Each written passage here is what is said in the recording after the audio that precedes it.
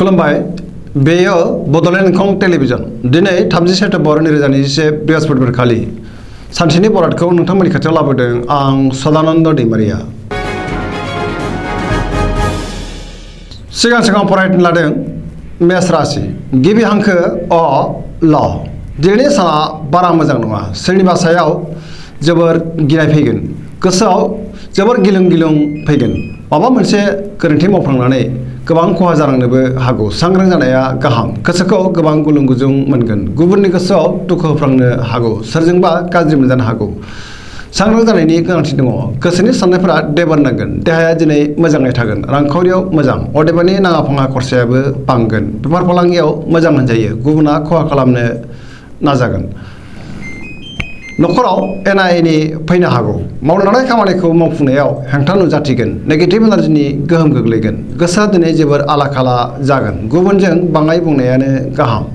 सोरबा लोगोआ गाज्रि नोजोर होखोमागोन। सांग्रां जानाया गाहाम। लाइमोनफोरनि गोसोआ दिनै जोबोर आला खाला जागोन।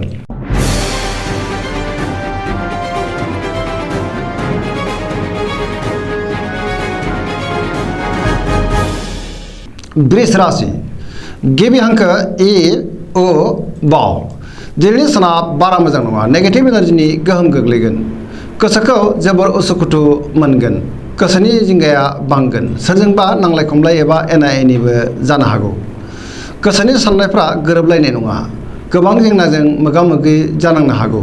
सांग्रां जानाया गाहाम। गोजोननायनि आंखाल जागोन। गोथों आरो गेबें साननो रोंनाय नङा।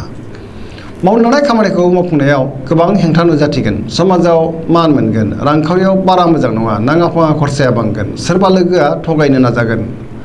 बेफार फालांगियाव मोजां नङा। गोबां खहा जानांनो हागौ।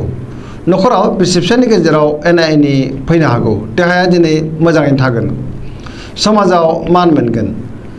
सोरबा लोगोनि हेफाजाब लानांगोन। लाइमोनफोरनि गोसोआ दिनै जोबोर आला खाला जागोन। गुबुननि गोसोखौ बोनो हानाय नङा। खुसिनि आंखाल जागोन। जेबो गोदान खामानियाव आखाइ होथेयानो गाहाम। नेगेटिभ एनार्जिनि गोहोम गोग्लैगोन।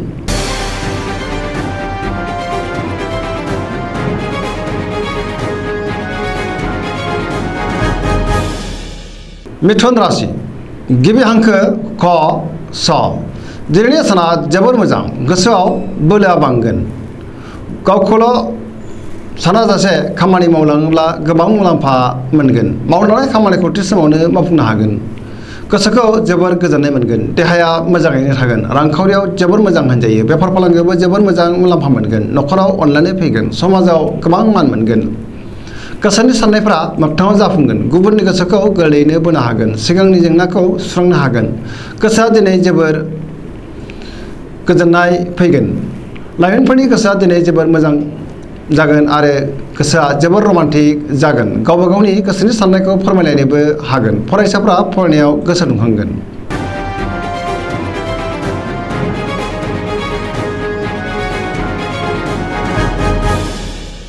कर्कट राशि गिबि हांखो ड ड ह। दिनैनि साना बारा मोजां नङा। देहाया दिनै जोबोर लोरबां जागोन।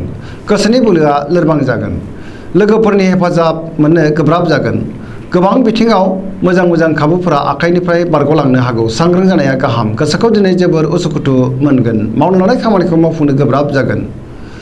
रांखावरियाव मोजां नङा। खरसाया बांगोन। बेफार फालांगियाव मोजां नङा। गुबुननि गोसोखौ बोनो गोब्राब जागोन। न'खराव बिसि फिसायनि गेजेराव अदेबानि अनलायनाय फैगोन। गोसोआ दिनै जोबोर आला खालाबो जागोन। बिदा फंबायनि हेफाजाब मोननो हागोन। समाजाव मान हानि जानांनो हागौ। सांग्रां जानाया गाहाम। नेगेटिभ एनार्जिनि गोहोम गोग्लैगोन। फरायसाफ्रा फरायनायाव गोसो दुंगोन। नाथाय गोसोनि साननायफ्रा देबार नांगोन।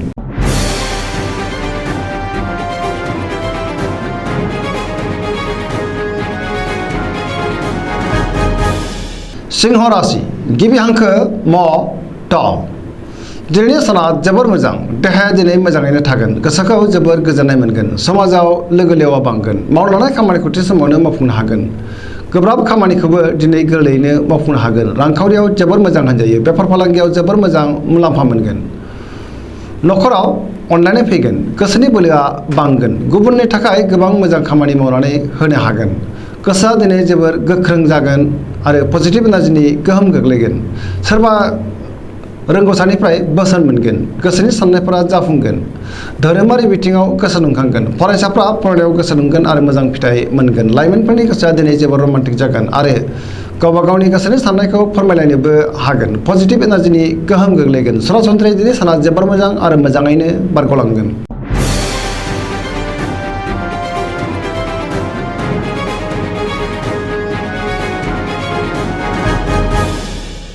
कन्या राशि गिबि हांखो प ट दिनैनि साना जोबोर मोजां बयजोंबो गोरोबनो रोंगोन हरखाबै सोरबा लोगोनिफ्राय मोजां खौरां फैनो हागौ सिगांनि बबेबा जेंनाखौ दिनै गोरलैयैनो सुस्रांनो हागोन गोसोखौ जोबोर गोजोननाय मोनगोन गुबुननि गोसोखौ बोनो हागोन रांखावरियाव दिनै जोबोर मोजां होनजायो मोननो गोनांखौ दिनै मोननो हागोन आरजिनाय धोनखौ दोनथुमनो हागोन बेफार फालांगियाव मोजां मुलाम्फा मोनगोन देहायाबो दिनै मोजाङैनो थागोन गोबां सुबुंजों लोगो मोनलायगोन पजिटिभ एनार्जिनि गोहोम गोग्लैगोन न'खराव बिसि फिसायनि गेजेराव अनलायनाय फैगोन समाजाव गोबां मान मोननो हागोन गोसोनि साननायफोरा जाफुंगोन लाइमोनफोरा जोबोर रमान्टिक जागोन आरो गोसोनि साननायखौ फोरमायलायनोबो हागोन फरायसाफ्रा फरायनायाव गोसो दुंखांगोन आरो मोजां फिथाइ मोनगोन जायखि खामानि मावा मानो मोनफ्रोमबो खामानियावनो जाफुंसारनो हागोन।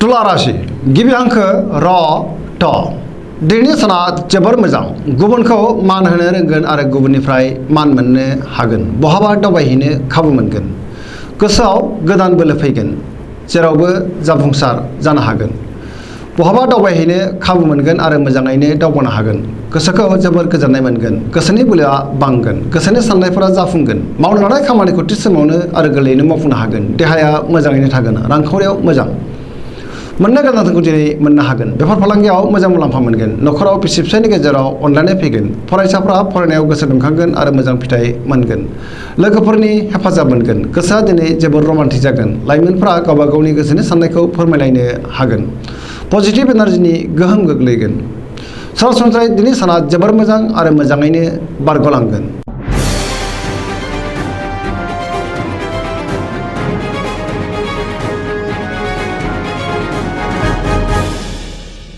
वृश्चिक राशि गिबि हांखो न स दिनैनि साना जोबोर मोजां गोसोखौ जोबोर गोजोननाय मोनगोन देहायाबो मोजाङैनो थागोन पजिटिभ एनार्जिनि गोहोम गोग्लैगोन गोसोआव गोबां पजिटिभ साननाय फैगोन रांखावरियाव जोबोर मोजां होनजायो आरजिनाय धोनखौ दोनथुमनो हागोन मोननो गोनां धोनखौबो दिनै मोननो हागोन आयआ बांगोन गोबां धोन आरजिनो हागोन मावनो लानाय खामानिखौ थि समावनो मावफुंनोबो हागोन गोसोनि साननायफोरा मोगथाङाव जाफुंगोन बेफार फालांगियाव मोजां मुलाम्फा मोनगोन समाजाव गोबां मान मोनगोन न'खराव दिनै अनलायनाय फैगोन रांखावरियाव जोबोर मोजां अदेबानि खरसायाबो बांगोन गुबुननि गोसोखौ बोनो हागोन सेंग्रा सिख्लाफ्रा गोसोखौ दिनै जोबोर रमान्टिक मोनगोन आरो गावबा गावनि गोसोनि साननायखौ फोरमायलायनोबो हागोन धोरोमारि बिथिङाव गोसो दुंखांगोन फरायसाफ्रा फरायनायाव गोसो दुंगोन आरो मोजां फिथाइ मोनगोन सरासनस्रायै दिनै साना जोबोर मोजां आरो मोजाङैनो बारग'लांगोन।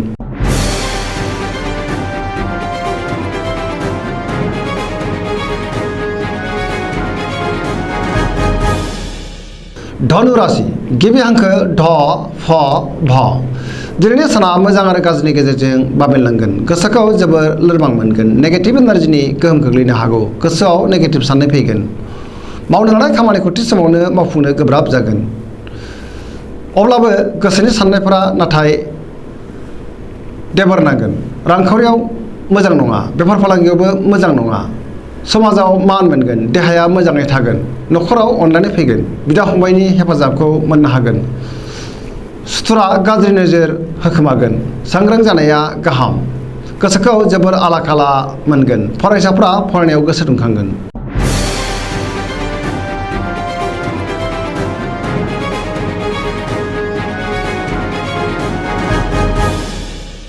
मकर राशि गिबि हांखो ख ज दिनैनि साना बारा मोजां नङा गोसोखौ दिनै जोबोर गुलाय गुजाय मोनगोन गोसोनि बोलोआ जोबोरैनो लोरबां जागोन रांखावरियाव मोजां नाथाय खरसायाबो बांगोन बेफार फालांगियाव जोबोर मोजां मुलाम्फा मोनगोन न'खराव दिनै अनलायनाय फैगोन मावनो लानाय खामानिखौ मावफुंनो हागोन समाजाव मान मोनगोन सोरबा लोगोनिफ्राय हरखाबै गाज्रि खौरां फैनो हागौ सांग्रां जानाया गाहाम गोसोनि साननायफोरा देबर नांगोन गोसोनि बोलोआ नाथाय अब्लाबो बांगोन गोसोआ जोबोर रमान्टिकबो जागोन फरायसाफ्रा फरायनायाव गोसो दुंखांगोन। नाथाय अब्लाबो नेगेटिभ एनार्जिनि गोहोमबो गोग्लैगोन।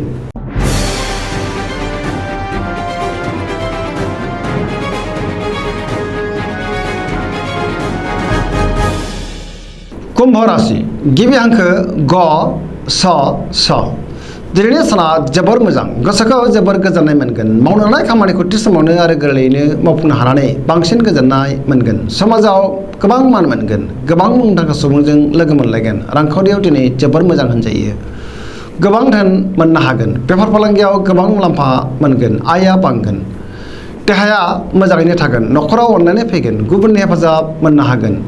लाइमोनफोरनि गोसोआ दिनै जोबोर रमान्टिक जागोन आरो गावबा गावनि गोसोनि साननायखौ फोरमायलायनोबो हागोन। धोरोमारि बिथिङाव गोसो दुंखांगोन। गोसोनि साननाय आरो लुबैनायफ्रा मोगथाङाव जाफुंगोन। सरासनस्रायै दिनै साना जोबोर मोजां आरो मोजाङैनो बारग'लांगोन।